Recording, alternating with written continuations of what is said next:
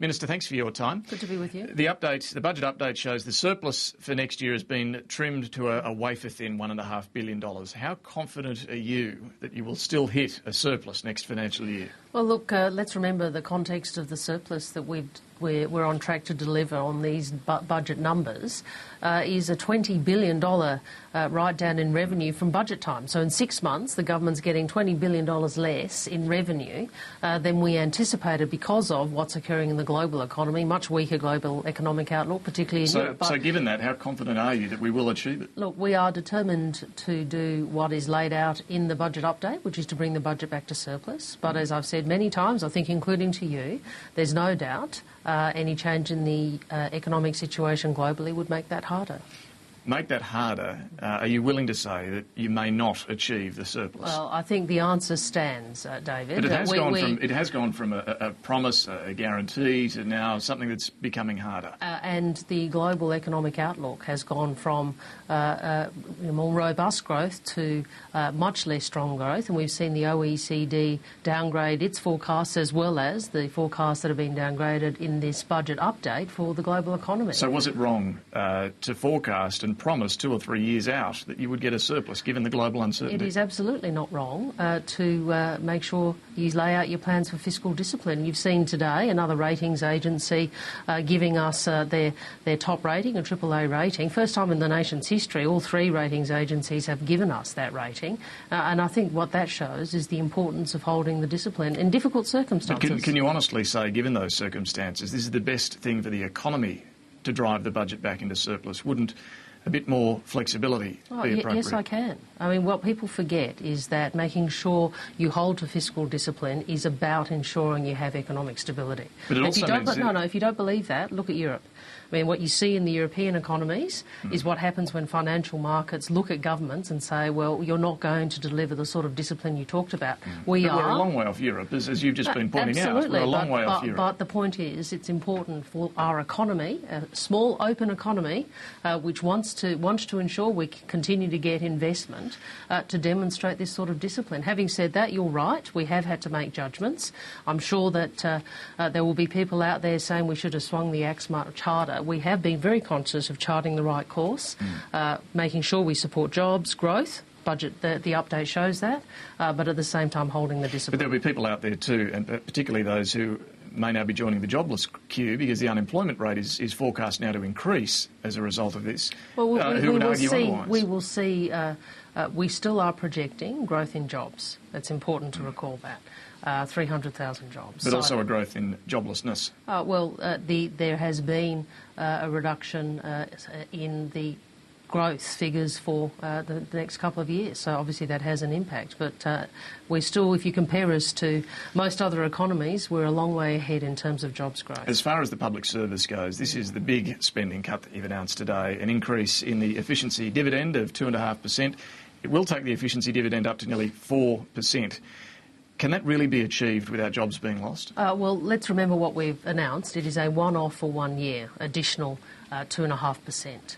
And our expectation is that agencies will look to improve savings through improved efficiencies rather than resorting to forced redundancies, and that remains the government's position.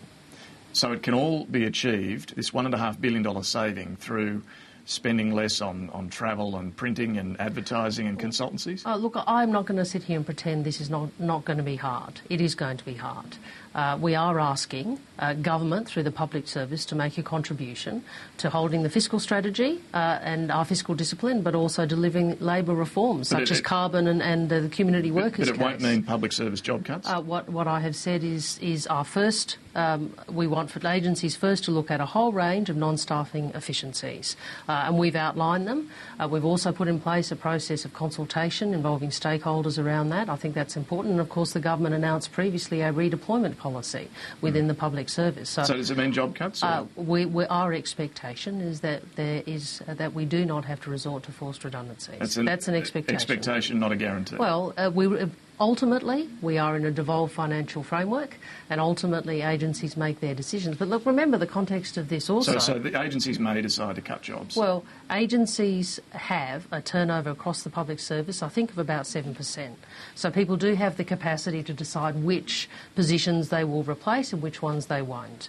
In addition, there are savings to be made through greater efficiencies, and we will work with agencies to deliver that. But I'm not going to sit here and pretend to you that this is not a difficult decision. And what's it going to mean for services? In terms of the services these agencies provide, taxpayers going to feel the effect of this as well? Well, our expectation would be that heads of agencies will do the right thing by the Australian public. This is a very professional public service. They do a very good job.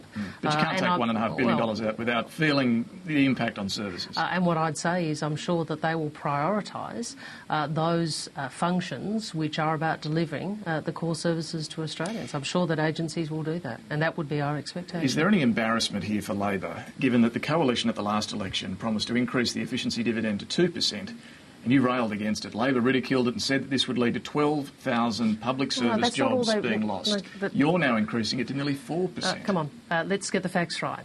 What did the coalition promise? It wasn't just a 2% efficiency dividend. It was a recruitment freeze. That is, no new people employed in the public service. But this is surely going to mean a recruitment freeze too. A recruitment freeze actually imposes a far greater cost impost on the public service. Our advice very clearly was that was unworkable because, of course, what it means is that you can't replace people who need replacing.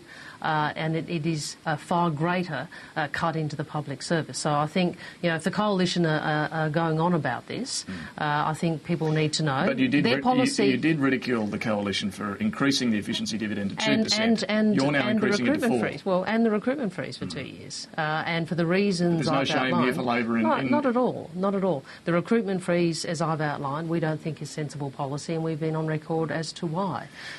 But this is a difficult decision. I absolutely concede that. The other big spending cut is on the baby bonus. Why do couples not deserve the additional money that they would have received? Well, couples will still get the $5,000. There has been a very significant growth in the baby bonus since it was introduced, and as the Treasurer said, it is important that these payments are on a sustainable basis. It's not sustainable to have that amount of growth over time, but remember what the government has provided. We're the first government in Australia's history to provide paid parental leave. We've putting more money into childcare through the childcare rebate than the Liberals ever did. So I think we have our credentials when it comes to supporting families. Would you like to see eventually the baby bonus phased out and just have a paid parental leave scheme? Well, no, this is a sensible mix, I think, because obviously there are some people who wouldn't get paid parental leave because they haven't been previously working. So I think this is a sensible mix. And the other thing I've got to ask you about is the infrastructure spending here. You've brought forward $1.4 billion in infrastructure to this year, so the deficit's a lot bigger this year so that you can still be in surplus next year.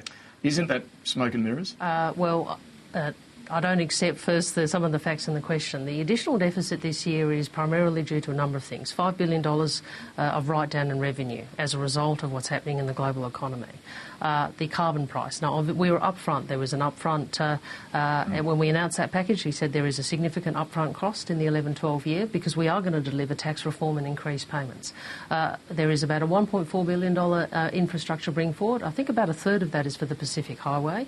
These are good projects. If you go through the projects which we are funding, they are important projects. We do have a backlog in infrastructure in this country, and remember also the non-residential construction sector has had a fair bit of softness in it as the building, the education revolution projects. This is all very convenient for getting the budget back into surplus. I don't agree that that's.